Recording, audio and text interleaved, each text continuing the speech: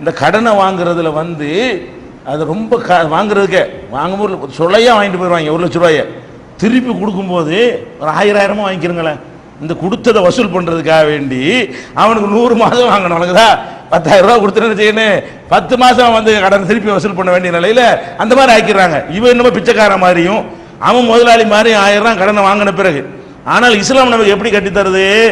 கடனை வாங்கிட்டோம்னு சொன்னால் கொடுக்கும்போது வட்டி நமக்கு தடுக்கப்பட்டிருக்குல்ல, வட்டி தடுக்கப்பட்டிருக்கு. அவன் கடனை மட்டும் வாங்கிட்டு கொடுக்கும்போது கொஞ்சம் அதிகமாகவே கொடுங்க.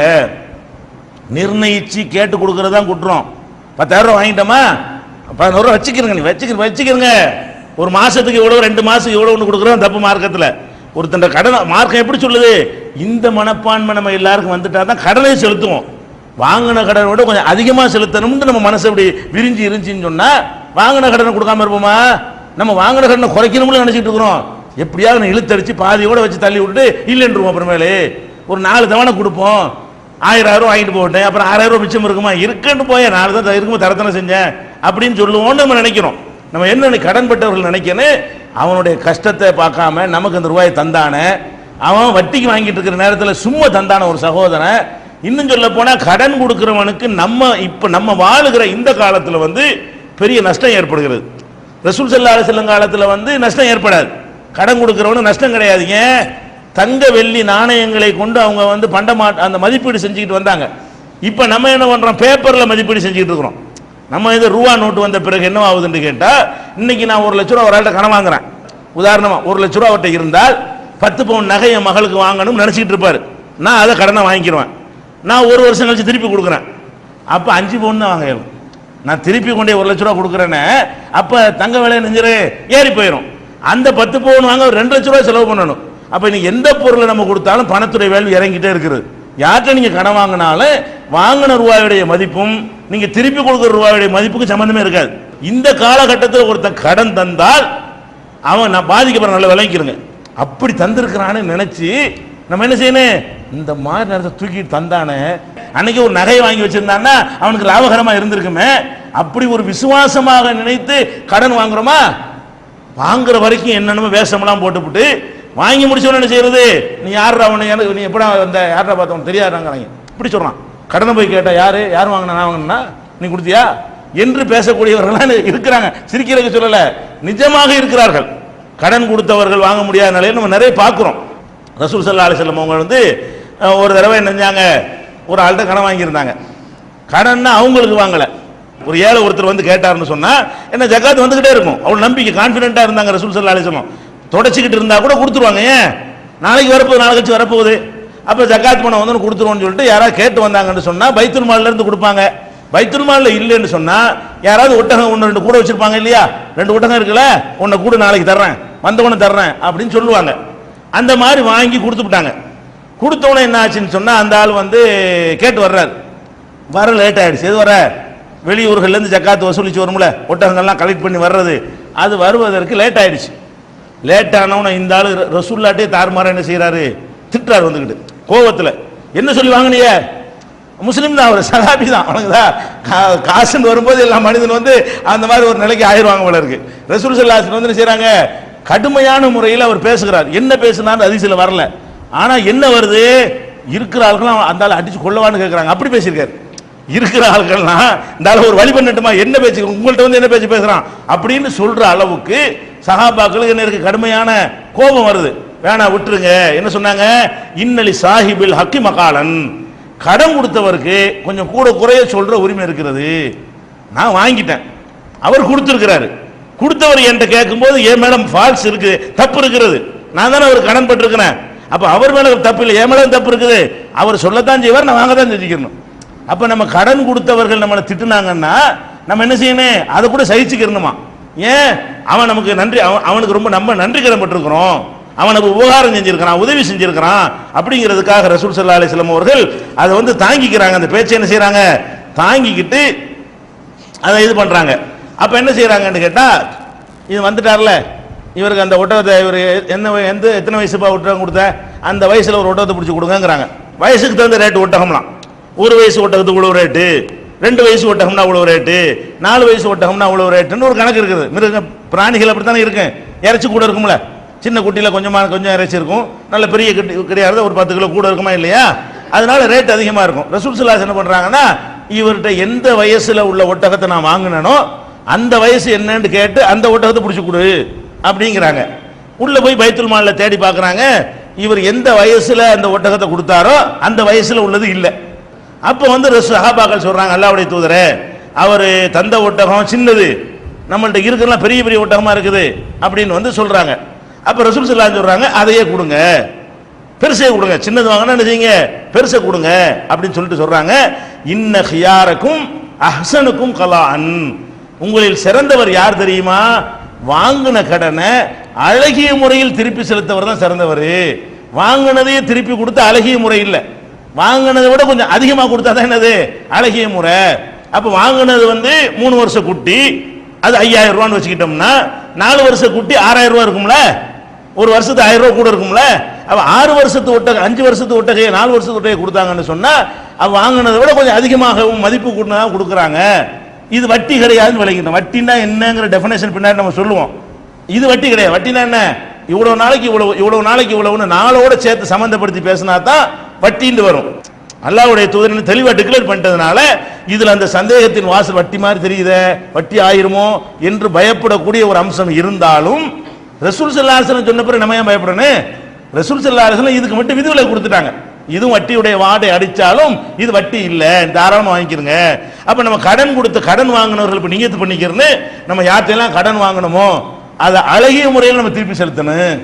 வாங்கினது மட்டும் நான் திருப்பி செலுத்த மாட்டேன், ரசூல் ஸல்லல்லாஹு அலைஹி வஸல்லம் உடைய அந்த உத்தரவை ஏற்று அதை விட சிறந்த முறையில் நான் திருப்பி செலுத்தி விடுவேன். இது எங்க இருக்குது? புகாரியில 2305, 2306, 2390, 2392, 2393, 2606, 2609 இவ்வளவு ஹதீஸ்கள்லையும் ஒருத்தர் கடன் கேட்டு வந்தது, கோபமா பேசினது, எல்லாரும் அடிக்க போனது, ரசூல் ஸல்லல்லாஹு அலைஹி வஸல்லம் பெரிய ஒட்டகத்தை தூக்கி கொடுத்தது, கொடுத்துட்டு என்ன சொல்றாங்க, அழகா சொல்றாங்க, இன்ன ஹியாரக்கும் அஹ்சனுக்கும் கலான், உங்களில் சிறந்தவர்கள் வாங்கிய கடனை அழகாக திருப்பி செலுத்துபவர் தான். நம்ம சிறந்தவராக இருக்க ஆசைப்படணும். சராசரி மனிதனா இருப்பதை விட என்ன செய்யணும், நாமும் சிறந்த மனிதனா இருப்போமே, வாங்கின கடனோட அதிகமாக திருப்பி செலுத்தும். வாங்காம இருக்க முயற்சி பண்ணுங்க. வாங்கிட்டீங்கன்னு சொன்னா அதை விட நான் நல்லபடியாக திருப்பி செலுத்துவேங்கிற ஒரு நிலை வந்தா தான் நமக்கு வந்து அந்த உயர்ந்த நிலையை அடைய முடியும். இது ஒரு விஷயம். அதே மாதிரி வந்து ஜாபிர் ரலியல்லாஹு அன்ஹு அவர்கள் அவங்கள்ட்ட ரசூல் ஸல்லல்லாஹு அலைஹி வஸல்லம் அவர்கள் நினைஞ்சாங்க, கடன் வாங்கியிருந்தாங்க. அதுவும் சொந்தத்துக்கு இல்லை.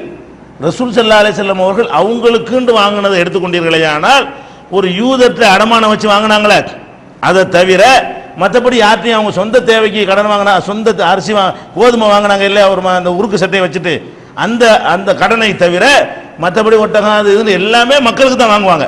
மக்களுக்கு வாங்கினா யார் கொடுக்கணும்? அரசாங்கம் தான் கொடுக்கணும். ரசூல் ஸல்லல்லாஹு அலைஹி வஸல்லம் சொந்த தேவைக்கு வாங்கினா கை காசை போட்டு கொடுப்பாங்க, ஜமாத்து தேவைக்கு வாங்கினா மக்கள் சமுதாய தேவைக்கு வாங்கினா சமுதாயம் தானே கொடுக்கணும். அப்போ ரசூல் ஸல்லல்லாஹு அலைஹி வஸல்லம் என்ன பண்ணுறாங்கன்னு கேட்டால், ஜாபிர்ட்ட இதே மாதிரி வாங்கியிருக்கிறாங்க. என்ன வாங்கினாங்கன்னு அவர் சொல்லலை, வாங்கியிருக்கிறாங்க. ஜாபிர் ஒரு ஒட்டகத்தை கூட வாங்கியிருப்பாங்க. இந்த ஒட்டகத்தை கொடு வச்சிருக்கீங்கள, நாளைக்கு வந்தவங்க தர்றேன் அப்படின்னு சொல்லியிருப்பாங்க. அப்போ ஜாபிர் ரலியல்லாஹு அன்ஹு சொல்றாங்க, கானலி அலைஹி தைனுன், எனக்கு ரசூல் ஸல்லல்லாஹு அலைஹி வஸல்லம் தர வேண்டிய ஒரு கடன் ஒன்று இருந்தது, கலானி, அதை எனக்கு திருப்பி தந்தார்கள், ஜாதனி, கொஞ்சம் கூடவும் தந்தார்கள். ஜாபிர் ரலியல்லாஹு அன்ஹு சொல்றாங்க, ரசூல் ஸல்லல்லாஹு அலைஹி வஸல்லம் அது கூட ரசூலுல்லாஹ் எங்க கொடுக்குறாங்க, அவங்கள்ட்ட சொல்லி அனசிட்ட சொல்லி நீ அவருக்கு கூட கொடுன்னு நிறைவேற்ற சொல்றாங்க. பைத்துல் மால்ல இருந்தான். அந்த இன்னொரு அறிவிப்புல விரிவா வருது. அப்ப என்ன பண்றோம், ரசூல் ஸல்லல்லாஹு அலைஹி வஸல்லம் அவர்கள் இந்த ஒரு சஹாபிட்ட வந்து அது கூட வந்து என்னன்னா கிடைக்காதனால கொடுத்தாங்கன்னு ஒரு அர்த்தம் வருது. அதுல வந்து அவருக்கு அதே ஒட்டகத்தான் தேட சொல்றாங்க, இல்லைன்றதுனால என்ன செய்யறாங்க, பெரிய ஒட்டகத்தை கொடுத்தாங்கன்னு வருது. இது அப்படிலாம் கிடையாது. இது திருகம் ரூபா விஷயம், தங்க காசு விஷயம். இதுல வந்து கரெக்டாவே கொடுக்கலாம், அது தேடி கூட அந்த பிரச்சனை வராது. இதுல கூட என்ன செய்யறாங்க, ரசூல் ஸல்லல்லாஹு அலைஹி வஸல்லம் வாங்கின கடனை திருப்பி செலுத்தும் போது கலானி ஃபஸாதனி, என் கடனை நிறைவேற்றினார்கள், கொஞ்சம் கூடவும் தந்தார்கள். என்ன கூடலாம் அவர் சொல்லவே இல்லை. அப்ப ரசூல் ஸல்லல்லாஹு அலைஹி வஸல்லம் அவருடைய வழக்கமே இப்படி இருந்திருக்குன்னு விளங்குது. யார்கிட்ட கடன் வாங்கினாலும் வாங்கின கடனை விட நெஞ்சிருப்பாங்க, அவங்க கொஞ்சம் அதிகமாகவே கொடுப்பார்கள். கொடுக்கலான்னு சொன்னா வாங்கவும் செய்யலாம். நம்ம என்ன செய்ய தேவையில்லை, மாடி நான் கொடுத்தா 5000, இந்த 200 ரூபா எனக்கு ஹராம் அப்படிலாம் சொல்ல தேவையில்லை. வெறுமனா வாங்கி வேணாட்டி விட்டுருங்க, அது ஒரு விஷயம். தந்த வாங்கிக்கலாமான்னா ஒரு உறுத்தல் இல்லாம வாங்கிக்கிறங்க. அல்லாஹ்வுடைய ரசூல் உன்னை கொடுக்கலாம்னு சொல்லிட்டாங்கன்னா கொடுக்கறது ஹலால் தான், வாங்குறது ஹலால் தான். இஸ்லாத்துல ரெண்டு செய்யலாம், ஒரு சைடு ஹலாலே ஒரு சைடு ஹராம் ஆகாது. ஹலால் கொடுக்கறது ஹலால்னா வாங்குறது ஹலால். அதில் நம்ம ஒரு 10,000 ரூபா கொடுத்தோமா 12,000 ரூபா திருப்பி தர்றாரா, கொண்டா வாங்கி வச்சுக்கிற வேண்டியதுதான். இல்லைன்னா விட்டுக்குள்ள கொடுத்துருப்போங்க, அது ஒரு வகை. இந்த சைடில் உள்ள பெருந்தன்மை, அந்த சைடுக்கும் சட்டம் இருக்குது. இது வாங்கினவனுக்கு உள்ள விஷயத்தையும் ரசூல் ஸல்லல்லாஹு அலைஹி வஸல்லம் சொல்றாங்க, கொடுத்தவன் கடைபிடிக்க வேண்டிய பெருந்தன்மை அப்புறம் வருது. அப்போ இது எங்க இருக்குன்னு கேட்டால் புகாரியில் 2394, 443, 2097, 2309, 2603 இந்த ஹதீசுகளில் எல்லாம் வாங்கிய கடனை விட அதிகமாக ரசூல் ஸல்லல்லாஹு அலைஹி வஸல்லம் அவர்கள் ஜாபிர் ரலியல்லாஹு அன்ஹு அவர்களுக்கு திருப்பி செலுத்தார்கள் என்று பார்க்குறோம். இதை ஒரு அடிப்படையை வச்சுக்கிறணும்.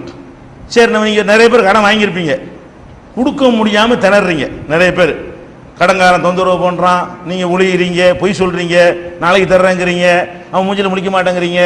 அவன் வருவாங்கிறக்காண்டி எத்தனை நல்லதெல்லாம் இழந்துருவாங்க. இந்த மர்க்கஸுக்கு தான் வர்றான்னு வைங்களேன், கடன் கொடுத்தவன் இந்த பையனுக்கு வேறு இடத்துக்கு போயிடுவோம், நம்ம பள்ளியாசலில் மாற்றிக்கிடுவோம், கடையை மாற்றிக்கிடுவோம்.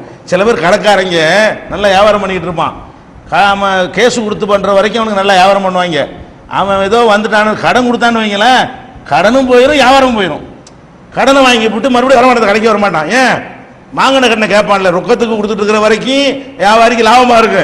ஒரு ஆள்கிட்ட நம்ம கடனை வாங்கிட்டோன்னு வைங்களேன், அப்புறமேல கூடுதலாக போகணும் அந்த கடைக்கு, அவன் கடன் தந்துருக்கிறான், நமக்கு காசு கொடுத்து வாங்குறது அவன்கிட்ட தான் வாங்கணும் அப்படி நினைக்காம வாங்கின கடனை கேட்பானு சொல்லிட்டு கடையை மாற்றி விடுவாங்க. அந்த அளவுக்கு நம்மள்ட்ட என்ன இருக்கு, மோசடித்தனமும் தில்லு முள்ளுகளும் நம்ம ரத்தங்களில் ஊறி போய் அதிகரிச்சுக்கிட்டு இந்த காலத்தில் ஜாஸ்தியாகிட்டு இருக்கிறது. ரசூல் ஸல்லல்லாஹு அலைஹி வஸல்லம் அழகா சொல்ற, நல்லா கவனிங்க, உங்களுக்கு கடனை திருப்பி செலுத்துவதற்கு அல்லாஹ்வுடைய தூதர் கேரண்டி தர்றாங்க. என்ன கேரண்டி தர்றாங்க? மன் அகத அம்பாலன் நாஸ், யார் பிறருடைய பொருள்களை வாங்குகிறானோ கடனாக யுரீது அதாஹா, திருப்பி செலுத்துவோம் என்று உறுதியாக எண்ணி வாங்குகிறானோ, வாங்கும்போது என்ன செய்யணும், எப்படி கொடுக்க தெரியல, எப்படியா கொடுத்துடணுமே, யாரெல்லாம் கொடுக்க வச்சிரு, எனக்கு கடனாளி நிப்பாட்டுறாத நினைத்து கொண்டு திருப்பி தான் நான் செலுத்துவேன் என்று சொல்லி உறுதியான ஒரு நம்பிக்கையோடு ஒருவன் கடனை வாங்குவானே, ஆனால் அத்தல்லாஹு அன்ஹு, அவனுக்காக அல்லாஹ் அந்த கடனை நிறைவேற்றுவான். நம்ம என்ன நம்பணும், கடன் நம்மள இல்லாம அல்லாஹ் தான் ஆக்கியிருக்கிறான், நம்ம தேவைகள் அல்லாஹ் தானே பொறுப்பாளி. உங்க குடும்பத்தில் ஒரு மருத்துவ செலவு வந்துட்டு அதுக்கு பொறுப்பாளி யாரு? ரப்புல் ஆலமீன் தான் அதுக்கு பொறுப்பாளி. அப்ப ரப்புல் ஆலமீன் தான் அந்த ஒரு மனிதன் மூலமா நம்ம காரியத்தை நிறைவேற்ற செய்யறான். நம்ம என்ன நினைக்கணும், யாரெல்லாம் ஒரு தேவைக்கு தான், நான் ஒரு அவசியத்துக்கு தான் நான் வாங்குறேன், நீ தான் நிறைவேற்றுறதுக்கு உதவி செய்யணும், நான் கண்டிப்பாக நிறைவேற்றிடுவேன், அவன்கிட்ட கடனாளி என்னை நிற்க வச்சிடாத, நாளைக்கு மறுமையில் என்னுடைய அமல பரிசு அவன்கிட்ட கொடுத்து விடாத அப்படின்ற ஒரு எண்ணத்தோடு நீங்கள் வாங்கினால் அத்தல்லாஹு அன்ஹு, உங்க சார்பா அல்லாஹ் நிறைவேற்றுவான், அல்லாஹ் அதுக்கு பொறுப்பாளி ஆகிவிடுவான் என்று ரசூல் ஸல்லல்லாஹு அலைஹி வஸல்லம் சொல்றாங்க. ஒமன் அகத யுரீது இத்லாஃபஹா, வாங்கினதோட முடிஞ்சிருச்சு அவர் ஓச்சிருவோன்னு ஒருத்தர் நினைப்பானே, ஆனால் அத்லபஹுல்லா, அவனே அல்லாஹ் ஓச்சி போடுவான். ரசூல் ஸல்லல்லாஹு அலைஹி வஸல்லம் சொல்றாங்க, நீ அப்படி வாங்கினேன்னு வை, உடனே எல்லாம் நாசமாக்கிறோம், திருப்பி உன்னை கொடுக்கவும் இயலாது, காலமெல்லாம் கேவலம் அவமானம், அவன் மூஞ்சில முழிக்க இயலாது, ரோட்ல விட்டுட்டு கேட்பான், சட்டையை பிடிச்சி இழுப்பான், கடைசியில் மான மரியாதை எல்லாம் போகும். ஏன், நீ கொடுக்கணுங்கிற ஒரு எண்ணம் இல்லாத காரணத்தினால உனக்கு அல்லாஹ் அந்த பரக்கத் செஞ்சு உன்னை மிச்சப்படுத்தி அதை கொடுக்கறதுக்கான வாசல்களை அல்லாஹ் அடைத்து விடுகிறான். அப்ப நம்ம கடன் வாங்கின யாரா இருந்தாலும், யார்கிட்ட வாங்கி இருந்தாலும் நம்ம கொடுத்து தீர்வோம், எப்படியாவது கொடுத்துடணும், மறுமையில நம்ம அமலை காப்பாற்றணும். கடன் கொடுப்பது எதுக்காக கொடுக்கணும், நம்முடைய தொழுகை நமக்கு சொந்தமாக வேண்டும், நம்ம வச்ச நோம்புடைய நன்மை நமக்கு கிடைக்க வேண்டும், நம்ம கொடுத்த தஸ்பீஹ் திக்ர்களுடைய நன்மை நமக்கு கிடைக்க வேண்டும், நம்முடைய குர்பானி, நம்முடைய நல்லறம், நம்முடைய சமூக பணி, நம்முடைய இரத்த தானம், நம்முடைய பல அறப்பணிகளை எவ்வளோ செய்கிறோம், இந்த நன்மை நமக்கு அப்படியே கிடைக்கணுமா இருந்தால் கடன் இல்லாட்டி தான் நமக்கு கிடைக்கும். கடன் இருந்தால் நம்மகிட்ட பிடிக்கும் அங்கே போயிருமே, கடனாளியா நம்ம மௌத்தாயிட்டோம்னு சொன்னால் நம்ம அமலை பிடிங்க அங்கே கொடுத்துருவோம், நல்லா ஒன்றும் மிஞ்சாது. அப்போ இந்த அமலுக்கு எல்லாம் வேஸ்ட்டு, துனியாவுக்கு மறுமைக்கு உதவாமல் போயிடுது, துனியாவுக்கு தான் உதவி இருக்கு. இந்த காசு 10,000 ரூபா தான் நம்முடைய அமலுக்கு மதிப்புன்னு போயிடும். நீங்கள் 10,000 ரூபா வாங்கின கடனுக்காக வேண்டி ஒட்டுமொத்த தொழுகையும் கொடுத்தீங்கன்னா நீங்கள் இவ்வளோ நாள் தொழுகிறதுக்கு மதிப்பு எவ்வளவு, 10,000 ரூபாய்க்கு தொழுகை வித்துப்படியான்னு அர்த்தமாயிடுது. அதான் அதுக்கு பொருள். அந்த நிலை வரக்கூடாது என்று ரசூல் ஸல்லல்லாஹு அலைஹி வஸல்லம் அவர்கள் முதல்ல கொடுக்கணும். அல்லாஹ் நினையா பொறுத்தல உதவி செய்வான். நீ நினைக்கல நமக்கு இப்படி ஏழும் நினைக்க, அப்படி அதான் குழப்பத்துக்கு காரணமே. நமக்கு எப்படி கொடுக்க ஏழும் நினைக்கிறியா, அப்படி தொலைஞ்சு கொண்டு அல்லாஹ் விட்டுறான். ஏன் ஏழாவது கொடுப்பேன், 100 ரூபா வாங்கினா 5 ரூபாய்க்கு நான் மிச்சம் பிடிப்பேன் அப்படின்னு ஒரு வைராக்கியம் பண்ணிப்பாரு. 95 ரூபாய் உன் காரியத்தை நிறைவேற்றி அந்த 5 ரூபாய் கொண்டு அல்லாஹ் கடனை நிறைவேற்றுவான், கூடவே மிச்சமாக்கி தருவான் அல்லாஹ். அப்ப ரசூல் ஸல்லல்லாஹு அலைஹி வஸல்லம் அவர்கள் இந்த ஒரு கேரண்டி தர்றாங்க. இது புகாரியில 2387வது ஹதீஸில் இடம்பெற்றிருக்கிறது. ரசூல் ஸல்லல்லாஹு அலைஹி வஸல்லம் மௌத்துக்கு பிறகு அவங்க மனைவி மைமுனா ரலியல்லாஹு அன்ஹா அவர்கள் என்ன செய்யறாங்கன்னு கேட்டா, ஒரு தோழர்கிட்ட சொல்லி கொஞ்சம் பண தேவை இருக்குது, யார்கிட்டயா கொஞ்சம் கடன் வாங்கிட்டு வா அப்படின்னு கேட்குறாங்க. மைமுனா அவர்கள் வந்து ஏதாவது யார்கிட்டயா கடன் வாங்கிட்டு வான்னு ஒரு தோழர்கிட்ட சொல்கிறாங்க. அந்த தோழர் கேட்குறாரு, யா உம்முல் முமினீன், முமின்களுடைய தாயார் அவர்களே, நீங்கள் வந்து கடன் வாங்க சொல்கிறீங்க, லைஸ இன்றைக்கு வஃபாவுன், நீங்கள் திருப்பி கொடுக்கறதுக்கு எந்த முகாந்திரமும் உங்கள்கிட்ட இல்லையே, என்ன எதை வச்சு நீங்கள் கொடுப்பீங்க அப்படின்னு சொல்லி என்ன செய்கிறாரு, இந்த கடன் வாங்கிட்டு வர அந்த சஹாபி உங்களுக்கு அட்வைஸ் பண்ணுறாரு, வேணாம் கொஞ்சம் கஷ்டப்பட்டுக்கிறங்க, கடன் வாங்காதீங்க, அது உங்களுக்கு எந்த ஒரு சோர்ஸுமே இல்லை, திருப்பி உங்களுக்கு செலுத்த முடியாது அப்படின்னு ஒரு பயம் காட்டுறாரு.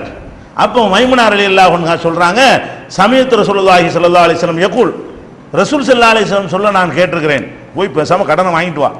ஏன் ரசூல் ஸல்லல்லாஹு என்ன சொல்லியிருக்கிறாங்க, மன் அகத தைனன், யார் கடன் வாங்குகிறாரோ, வஹுவ யுரீது அன் யுஅத்தியஹு, அதை திருப்பி செலுத்துவேன் என்ற உறுதியோடு யார் வந்து கடன் வாங்குகிறாரோ, அஆனஹுல்லாஹு அஸ்ஸ வஜல்ல, அல்லாஹ் வந்து கண்ணியமிக்க அல்லாஹ் அவருக்கு உதவி செய்வான் என்று ரசூலுல்லாஹ் கேரண்டி கொடுத்ததுனால நான் என்ற ஒன்றும் இல்லை தான், எந்த வழியும் இல்லை, எதையும் வித்து நான் கொடுக்கல, நகை இருக்கு, நான் நகை நட்டு இருக்கணும், வீடு வாசல் இருக்கணும், சொத்து சுகம் இருக்கணும், யாராவது எனக்கு தரக்கூடிய ஆள் இருக்கணும், ஒன்றும் இல்லை தான். ஆனால் ரசூல் ஸல்லல்லாஹு அலைஹி வஸல்லம் எனக்கு ஒரு தேவை ஏற்பட்டிருக்கிறது, ஆனால் கண்டிப்பாக நான் திருப்பி கொடுப்பேன், அல்லாஹ் எனக்கு உதவுவான், அதை நினைச்சு நான் கவலைப்படுவேன் அப்படின்னு சொல்லி ரசூல் ஸல்லல்லாஹு அலைஹி வஸல்லம் கேரண்டி தந்த காரணத்தினால நான் வாங்க சொல்றேன், வாங்கிட்டு வா அப்படின்னு அவங்க சொல்றாங்க.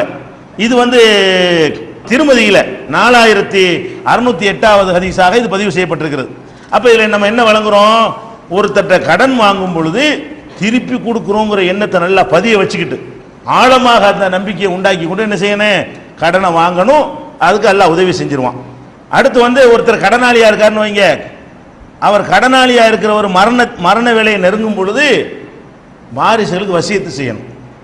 நம்ம மூத்தா போறோம், கடன் இருக்கிற வரைக்கும் நம்மளால வந்து கொடுக்க முடியல, நம்முடைய கடமை என்ன, நமக்கு வாரிசுகள் யாராச்சும் இருப்பாங்கன்னு சொன்னா, இந்தப்பா நீ பார்த்து ஏதாவது கொடுத்துருப்பா, என் கடனை நீ தான் நிறைவேற்றணும் அப்படின்னு சொல்லி நம்ம என்ன செய்யணும், வாரிசுகள் வந்து கடனுக்காக வேண்டும் வசியத்தும் பண்ணணும், பிள்ளைகள் அந்த கடனை நிறைவேற்றணும். சொத்தை பிரிக்கிறதுக்கு முன்னாடி எது நிறைவேற்றணும், கடனை தகப்பனாருடைய கடனை நிறைவேற்றணும். ஜாபிர் ரலியல்லாஹு அன்ஹு அவருடைய தகப்பனார் அப்துல்லா, அவர் வந்து உஹது போரில் கொல்லப்பட்டுறாரு.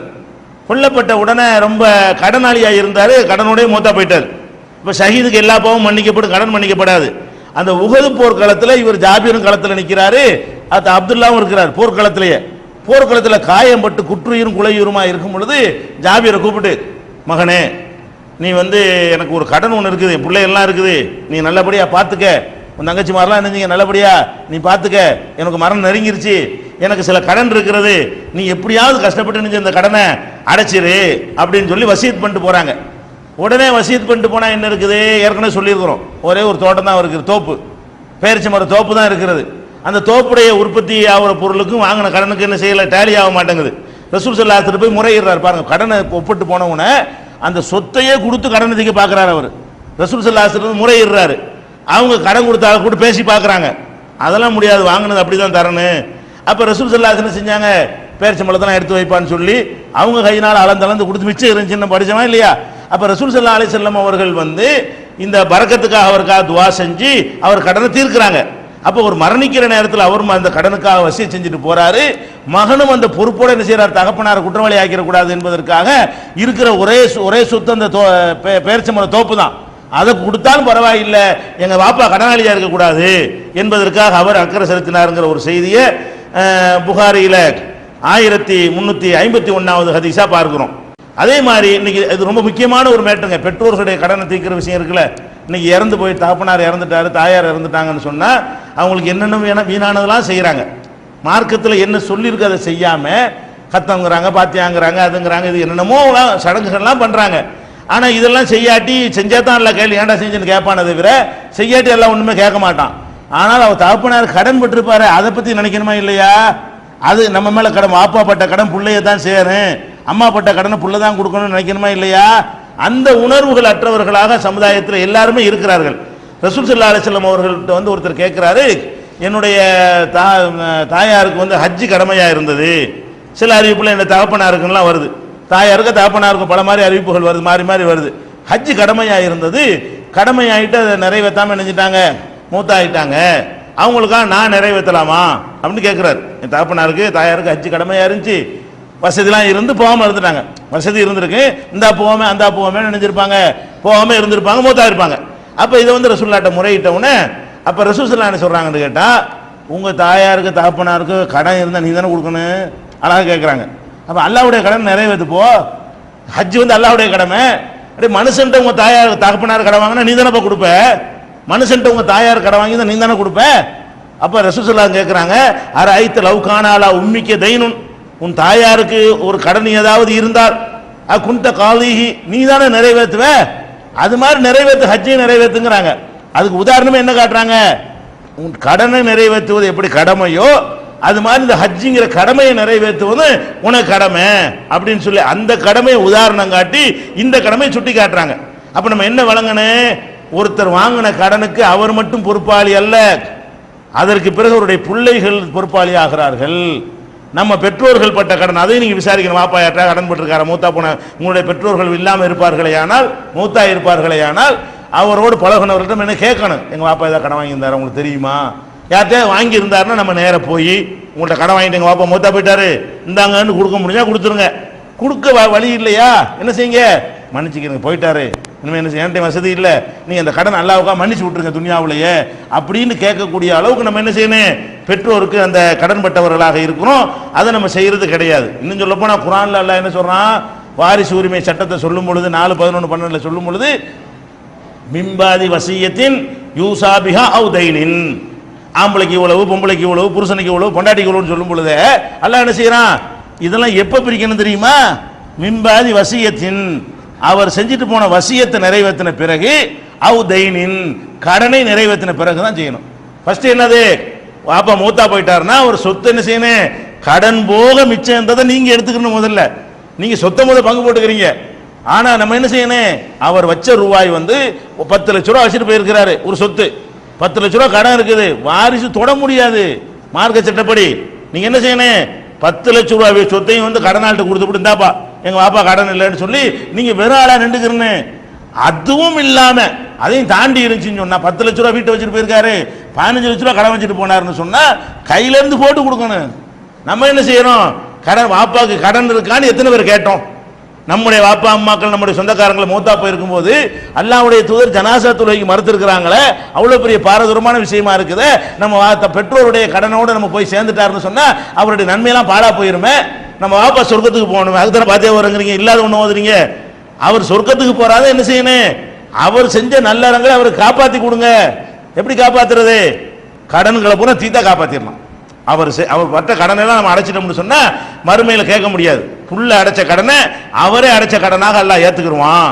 ஏன் ஏத்துக்குருவாங்கிறோம், அல்லாஹ் அப்படி சொல்றதுனால, அல்லாஹ்வும் அல்லாஹ்வுடைய ரசூல் சொல்றதுனால, நீ தான் நிறைவேற்ற கடமைப்பட்டிருக்கிற அப்படின்னு சொல்றதுனால இதை நம்ம கவனிச்சுக்கணும். இது வந்து புகாரியில 1852, 6697, 7315 ஹதீஸாக பதிவு செய்யப்பட்டிருக்கிறது. அப்போ ஒரு பெற்றோர்கள் பட்ட கடனை பிள்ளைகள் அடைக்கணுங்கிறது இது கடன் சம்பந்தப்பட்ட விஷயத்தில் முக்கியமா அறிந்து கொள்ள வேண்டியதும் அலட்சியப்படுத்தக்கூடிய ஒரு செய்தியாக ஒரு மேல அலட்சியமா இருந்து கொண்டிருக்கிறோம். நபிகள் நாயகம் ஸல்லல்லாஹு அலைஹி வஸல்லம் அவர்கள் மௌத்தா போன உடனே அபூபக்கர் சித்திக் ரலியல்லாஹு அன்ஹு அவர்கள் ஆட்சிக்கு வர்றாங்க. ஆட்சிக்கு வந்து என்ன செஞ்சாங்கன்னு கேட்டா, அவங்க உடனே மக்கள் டிக்ளேர் பண்ணல, ஆட்சிக்கு வந்தா கஜானாவுல ஒன்றையும் காணாம். ஏன்னா ரசூல் ஸல்லல்லாஹு அலைஹி வஸல்லம் இந்த கடைசி நேரத்தில் முடியாம இருந்தாங்களா, அந்த கவலையில வந்து இந்த வசூலிக்கிறதுக்கு ஆள் அனுப்புற வேலை எல்லாம் பெண்டிங் ஆகி போச்சு. ரசூல் ஸல்லல்லாஹு கொஞ்ச நாள் உடம்பு சரியில்லாமல் இருந்ததுனால அந்த ஜக்காத்தை கலெக்ட் பண்ற வேலை இதெல்லாம் நிறுத்தி வைக்கப்பட்டதுனால இருக்கிறதெல்லாம் காலியா போய் வெறும் கஜானா தான் இருக்குது. அப்ப என்ன செய்யறாங்க, அபூபக்கர் சித்திக் ஆட்சிக்கு வந்த உடனே எல்லாத்தையும் வேகமா முடுக்கி விட்டு எல்லாத்தையும் கலெக்ட் பண்றாங்க. அப்ப அவங்க சொல்றாங்க, இப்ப கிட்டத்துல பஹ்ரைன் இருக்குது, பஹ்ரைன்ல இருந்து வர வேண்டி இருக்கு பணம். அப்ப அதை கிட்டத்துல வந்துரும்னு தகவல் வந்த உடனே வெயிட் பண்ணிட்டு இருக்கிறாங்க. பஹ்ரைன்ல இருந்து பணம் வருது, அந்த ஜக்காத்துடைய பணமோ ஒட்டகமோ பேரிச்சம்பழமோ என்னமோ அங்க என்ன இருக்குதோ அது கொண்டு வர்றாங்க. வந்தோன்னு என்ன செய்யறாங்கன்னா, மக்கள் அந்த மாதிரி எல்லாரையும் அழைத்து வைத்துக் கொண்டு மன்கான லஹு இந்த நபி ஸல்லல்லாஹு அலைஹி வஸல்லம் தைனுன் அவ் இதத்துன், ஒரு பொருள் வந்திருக்கிறது. ஃபர்ஸ்ட் ப்ரிஃபரன்ஸ் யாருக்கு என்று கேட்டால், உங்களில் யாராவது உங்கள்கிட்ட யார்ட்டையாவது ரசூல் ஸல்லல்லாஹு அலைஹி வஸல்லம் கடன் வாங்கியிருந்தால் எல்லாம் நான் தான் அதுக்கு பொறுப்பாளி. அபூபக்கர் சித்திக் சொல்றாங்க, மன்கான லஹு இந்த நபி ஸல்லல்லாஹு அலைஹி வஸல்லம் தைனுன், ரசூல் ஸல்லல்லாஹு அலைஹி வஸல்லம் அவர்கள்ட்ட வந்து உங்களுக்கு யாருக்காவது கடன் இருந்தால், நீங்கள் வந்து கடன் கொடுத்திருந்தால், அவ் இதத்துன் அல்லது ரசூல் ஸல்லல்லாஹு அலைஹி வஸல்லம் அவர்கள் வாக்குறுதி உங்களுக்கு தந்திருந்தால், கடன் வாங்கியிருக்கலாம், நீங்க ரசூலுல்லாஹ்ட்ட ஒரு கோரிக்கை வச்சிருப்பீங்க, வந்தோன்னு ரூபா வந்தோன்னு தர்றப்பா 10,000 ரூபா தர்றப்பா அப்படின்னு ரசூலுல்லாஹ் சொல்லியிருப்பாங்க, மொத்தம் போயிருப்பாங்க. இப்போ அந்த வாக்கை யார் நிறைவேற்றுவா? அடுத்த ஸ்டேஜுக்கு வரக்கூடியவங்க நிறைவேற்றி ஆகணும். ஏன் இது பிள்ளைகளுடைய கடன் வந்து பெற்றோர் கடன் பிள்ளைகள் தீர்க்கிற மாதிரி ஒரு பொறுப்புல உள்ளவர் போயிட்டாருன்னு சொன்னா அந்த இடத்துக்கு யார் வருகிறார் அவர் தான் அதுக்கு பொறுப்பாளி. அதனுடைய நல்லது கெட்டது அதனுடைய அனைத்துக்கும் பொறுப்பேற்கிற மாதிரி கடனுக்கும் சேர்த்து என்ன செய்யணும், பொறுப்பேற்று ஆக வேண்டும். இப்போ ஃபுல் ஏத்தினா எல்லாம் வந்து வாங்கிட்டு போ அப்படின்னு சொன்ன உடனே எல்லாரும் ஆளாளுக்கு என்ன செய்யறாங்க, எனக்கு ரசூலுல்லாஹ் சொன்னாங்க உனக்கு, அதுலயும் ஜாபீர் கூட சொல்லியிருக்கிறாங்க. ஜாபீர் ரலியல்லாஹு அன்ஹு நினைஞ்சிருந்தாங்க, ரசூல் ஸல்லல்லாஹு அலைஹி வஸல்லம் உனக்கு ஒன்று தரேன்னு வாக்களிச்சிருந்தாங்க. போய் கேட்டவொன்னு என்ன செஞ்சாங்க, அள்ளி அள்ளி கொடுக்குற 500 திர்ஹத்தை கொடுக்குறாரு. ரசூலுல்லாஹ் எனக்கு ஒன்று தர்றேன்னு சொன்னாங்க, இன்னும் கொஞ்சம் கொடுங்க, இன்னொரு 500 திர்ஹத்தை கொடுக்குறாரு. 3 தடவை 1500 திர்ஹத்தை என்ன செய்யறாரு, ஜாபீருக்கு கொடுக்குறாங்க. இந்த மாதிரி எல்லாம் ரசூல் ஸல்லல்லாஹு அலைஹி வஸல்லம் அவர்களுக்கு பிறகு அந்த கடனை அபூபக்கர் நிறைவேற்றணும் மார்க்கம் கிடையாது, அல்லாஹ் ரசூல் சொன்னதுதான் மார்க்கம். அபூபக்கர் சித்திக் எந்த அடிப்படையில் இந்த முடிவுக்கு வர்றாங்கன்னு கேட்டா, பிள்ளைகள் வந்து இப்போ பெற்றோர்களுடைய கடனுக்கு பொறுப்பாளிங்கிற மாதிரி இப்போ ரசூலுல்லாஹ் போனால் நம்ம சீட்டில் உட்காந்துருக்குறோம், அவங்க எந்த பணியில் இருந்து கடன் வாங்கினார்களோ அந்த பணியில வந்து நம்ம தானே அதுக்கு பொறுப்பு பதில் சொல்ல கடமைப்பட்டிருக்கிறோம். இப்போ ரசூலுல்லாஹ் கடனாளியே நிற்க முடியாதுல, இந்த ஜமாத்து இந்த சமுதாய அமைப்பை நம்பி தானே அவங்க கடன் வாங்கினாங்க என்பதற்காக அந்த கடனை தீர்க்கிறாங்க. இது புகாரியில 2296, 2298, 2683, 3137, 3165, 4383 ஆகிய ஹதீஸ்கள்ல இதெல்லாம் பார்க்கணும். இதெல்லாம் வந்து கடன் வாங்கினவர்கள் வந்து கடைபிடிக்க வேண்டிய விஷயங்கள் சொன்னதெல்லாம். நம்ம கடன் வாங்கிட்டோம்னு சொன்னா நம்ம எப்படி நடந்துக்கிறோன்னு, நம்ம வாப்பா கடன் வாங்கினா நம்ம எப்படி நடந்துக்கிறோன்னு, அதில் நம்ம எவ்வளவு பயப்படணும் அப்படிங்கிற விஷயம்.